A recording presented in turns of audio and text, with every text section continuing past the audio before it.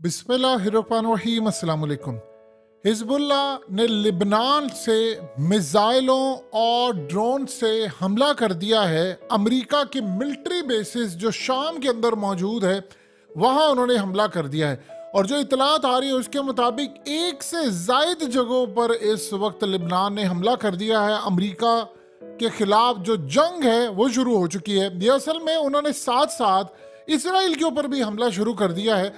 और उन्होंने जो मनाजिर जारी किए उसमें उन्होंने तमाम की तमाम जो उनकी खास तौर पर कम्युनिकेशन वाली चीज़ें थी, जो उनकी मिलिट्री बेसिस थी, यानी फौजी अड्डे अमेरिका के और फौजी अड्डे इसराइल के, इन दोनों पर बैक वक्त हमला कर दिया है।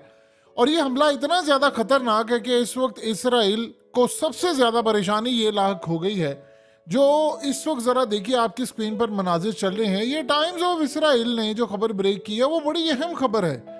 ये इसराइल के अखबारात में ये खबर ब्रेक हुई है कि अमेरिका ने प्राइवेटली इसराइल को कहा है कि आप हिजबुल्लाह के साथ जंग ना करना, ये हमारे लिए और आपके लिए तबाहकुन साबित होगी। आप ये देखिए कि जो बाइडेन अमेरिका का सदर इस वक्त इसराइल के दौरे पर आया, लेकिन उसने आकर ओपनली तो ये बात की। एक जगह तो उससे पूछा गया कि आप साथ खड़े हैं हिजबुल्लाह के खिलाफ लड़ाई में, उन्होंने कहा जी हमने अभी कोई बात नहीं की।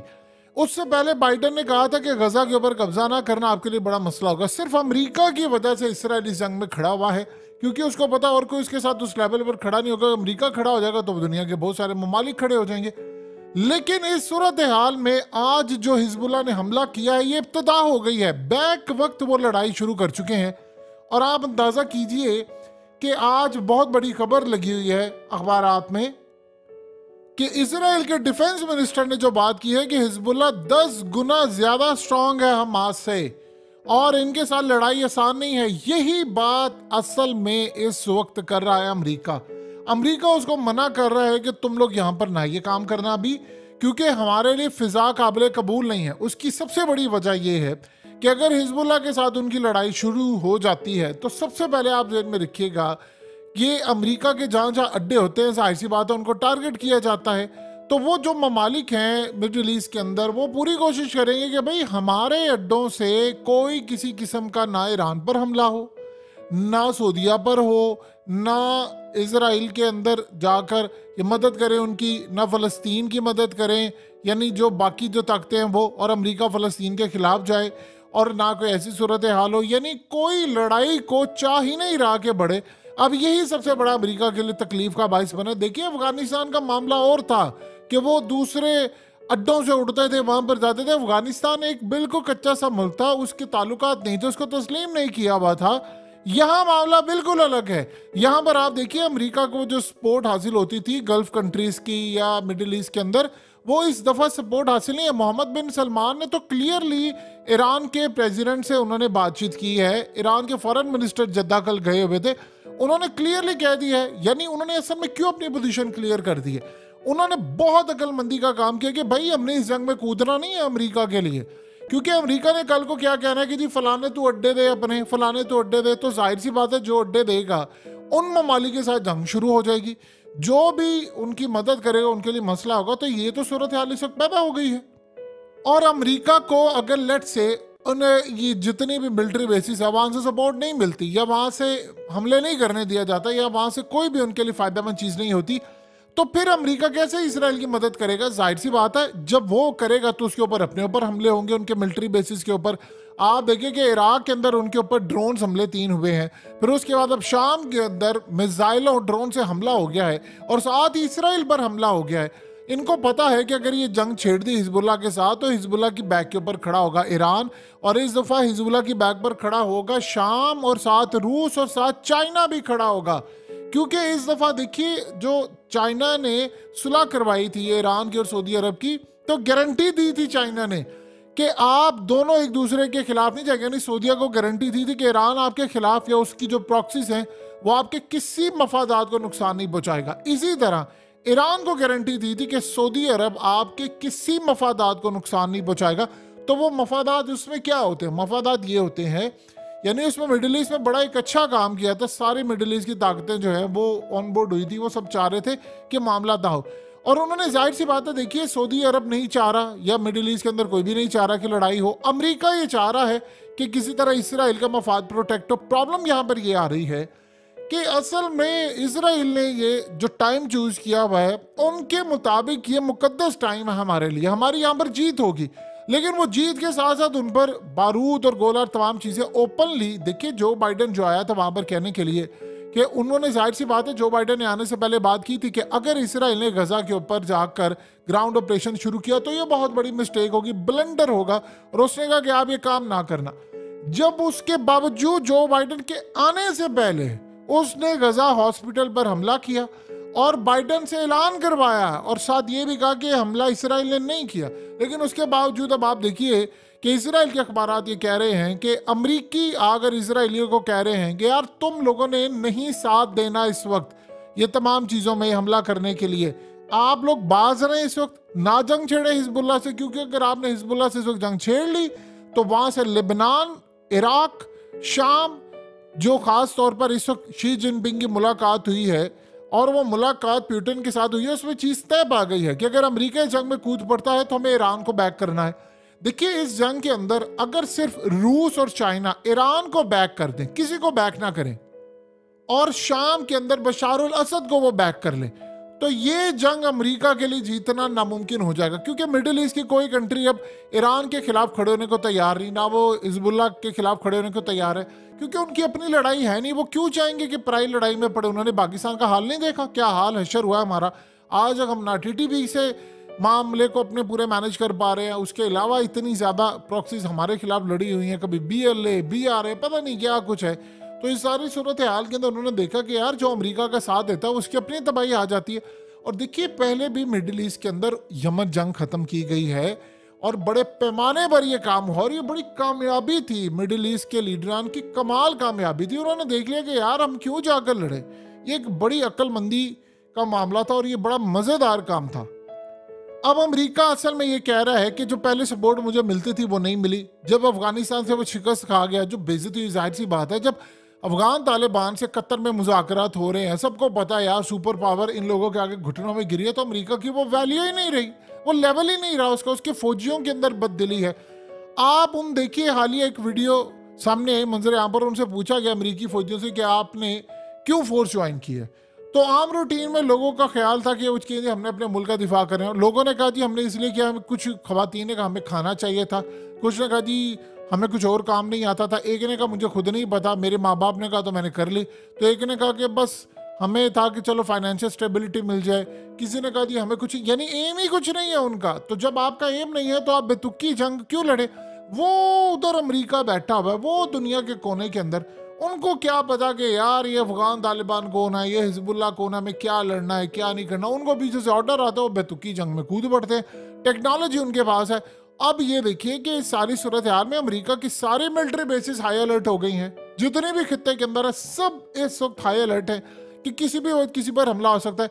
अमेरिका ठीक है इसराइल का दिफा कर रहा है, लेकिन वो साथ साथ उसको कह रहा है कि ये ना करो तुम काम, क्योंकि तुम ये काम करोगे तो ये इतनी आसानी से नहीं चीजें होने वाली जितना तुम समझ रहे। क्योंकि प्लान जो था, सोचिए जरा कि पहले इन्होंने क्या प्लान बनाया था कि हम रशिया को तबाह करेंगे यूक्रेन के अंदर, आगे वो तबाह करेगा चाइना को इन्वॉल्व करेंगे, चाइना को इन्वॉल्व करने के लिए हम इंडिया को इस्तेमाल करेंगे, इंडिया को इस्तेमाल करेंगे चाइना के खिलाफ साउथ चाइना सीसो साथ पाकिस्तान को।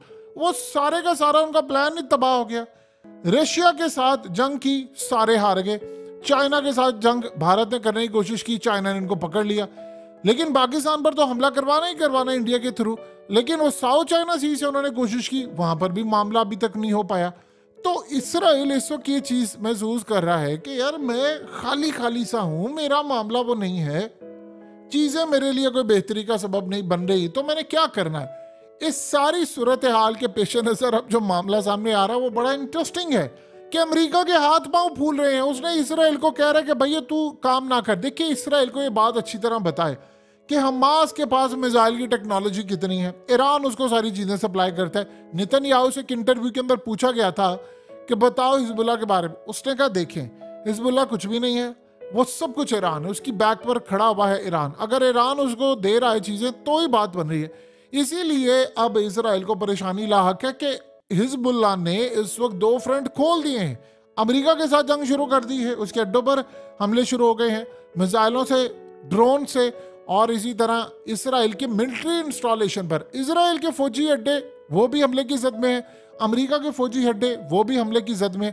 देखिए, अभी तक आप गौर करें तो इराक के अंदर हमला हुआ है अमेरिका की मिलिट्री बेस पर, कल 3 ड्रोन्स मारे गए थे।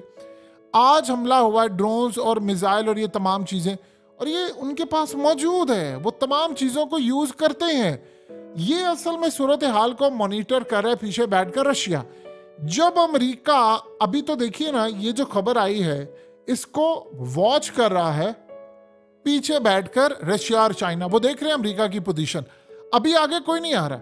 अगर इसराइल बजिद रहता है इस सारी सूरत हाल में कि नहीं मैंने करना, आप ये देखिए कि अभी उसने गजा के अंदर ग्राउंड ऑपरेशन करना था 4 दिन पहले शुरू, वो नहीं हो पाया अभी तक, क्योंकि उसको पता है अमेरिका वो साथ नहीं दे रहा।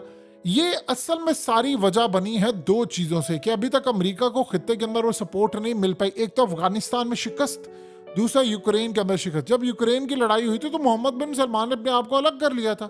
ये बड़ी कमाल चीज थी। वो सऊदी अरब ने कहा भाई हम आपके प्राई जंग में नहीं आना चाहते। ये सबसे अक्लमंदाना डिसीजन था। देखिए, वो अपने मुल्क की प्रॉक्सी जो है वो क्यों किसी को कहेंगे कि भाई आओ हमारे खिलाफ लड़ो। उन्होंने एक फैसला कर लिया मोहम्मद बिन सलमान ने कि भाई मुझे अपनी इकोनॉमी आगे लेकर जानी है, लड़ाई खत्म करनी है। वो असल में बड़े खुले से इनके मालिक हैं, समझदार हैं, अच्छे लीडर हैं, और उन्होंने फुटबॉल को प्रमोट कर रहे हैं, स्पोर्ट्स को कर रहे हैं, वो वहाँ पर इकोनॉमी को प्रमोट कर रहे हैं, वो चीज़ों को प्रमोट कर रहे हैं। लैंड उनके पास बहुत बड़ा है। तो इस सारी सूरत हाल के अंदर बड़ी पॉजिटिव डेवलपमेंट्स हुई हैं। ये बात अब अमेरिका को पता चल गई। देखिए, एंटनी ब्लिंकन को मोहम्मद बिन सलमान ने 10-15 घंटे इंतजार करवाया है, जलील किया है। कभी जिंदगी में ऐसा हुआ था? बताइए, कभी दुनिया में आपने कभी देखा था किस लेवल पर होगा? अगला बंदा कहता है भाई मैं क्यों जाऊं तुम्हारी जंग में, मेरा क्या लेना देना, और मैं तुम्हें क्यों दूं अड्डे। देखिए, बात उसी दिन क्लियर हो गई थी जिस दिन मोहम्मद बिन सलमान ने ये कह दिया था कि भाई साहब अब आपकी जरूरत नहीं। से जो बाइडेन को कहा था अब हमें तरक्की के लिए अमेरिका की जरूरत नहीं है। ये बात उनको पता चल गई। तो उनको अपना पोटेंशियल पता था कि यार सऊदी अरब के अंदर इतना लैंड है, हमारे पास चीजें हैं, हम आगे जा सकते हैं। ये इंटरेस्टिंग बात थी। यही बात है कि अमेरिका को खित्ते के अंदर कोई अड्डे देने को तैयार नहीं है। अड्डे हैं उसके, लेकिन वहां से आप ये किसी पर जंग छेड़े, वो मुल्क अभी तक कुछ नहीं करा। यही असल सूरत हाल। अमेरिका बार बार इसराइल को कह रहे हैं कि यार आप अभी ये काम ना करें, थोड़ा वेट करें, चीजों का इंतजार करें, हालात का देखें। आप अगर नहीं किया, इसराइल कह रहे नहीं मैंने करना है करना है करना है, वो बजिद है। वो कह रहे हैं कि हमारी नाक कटी हुई है दुनिया के अंदर। देखिए, जो गजा के अंदर उन्होंने हॉस्पिटल में किया है, दुनिया इसराइल के खिलाफ खड़ी हुई है। देखिए, हॉस्पिटल के अंदर कोई बमबारी नहीं होती। इन्होंने नाम तो बड़ा लगाने की कोशिश की थी, जो हमास का रोक, सबको पता चल गया पाइपों से फेंकने वाले रॉकेट में इतनी वैल्यू है ही नहीं। अगर होता तो इसराइल के अंदर ना तबाही होती। तो इसराइल को जो सपोर्ट मिलनी चाहिए थी वो मिल नहीं रही। और सबसे बड़ी जो एक बात है, फलस्तीन के लोगों को अरब ममालिक में से, यानी जो तमाम लोग हैं, वो एक नुमाया मकाम हासिल है। उसकी क्या वजह? क्योंकि वो मस्जिद अक्सा में रहते हैं, यानी पूरी तरह उस लैंड में रहते हैं, तो वो अपना लैंड छोड़कर नहीं जाना चाहते। दूसरा, कोई भी कंट्री अब 55 लाख फलस्तीनियों को लेने को तैयार नहीं है। क्यों कोई लेगा? सिर्फ अभी तक स्कॉटलैंड की जानिब से बात आई है सामने, लेकिन आप किसी को ये कहे 55 लाख लोगों को ले लेंगे, हम 22 लाख लोगों को ले लेंगे, तो कोई अपना लैंड छोड़कर नहीं जाएगा। क्योंकि सबको पता अगर आज फलस्तीनियों को निकाला गया है तो कल हमारी बारी। इजराइल के पास टेक्नोलॉजी है, चीजें हैं, लेकिन जिस तर्ज पर इजराइल चाह रहा था, जो रिजल्ट्स चाहिए थे उसको, वो नहीं आ पाए। सोचिए, ये तो भी शुरुआत है, और जब अगर जंग छिड़ जाएगी तो फिर ये मामला क्या होगा, वो बड़ा इंटरेस्टिंग मामला होगा देखने के लिए।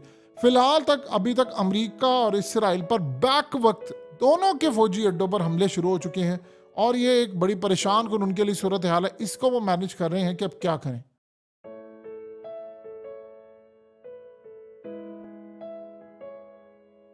हकीकत टीवी को सब्सक्राइब करना मत भूलें, वीडियो को लाइक करें, शेयर करें, और कमेंट सेक्शन में अपनी राय का इजहार ज़रूर करें।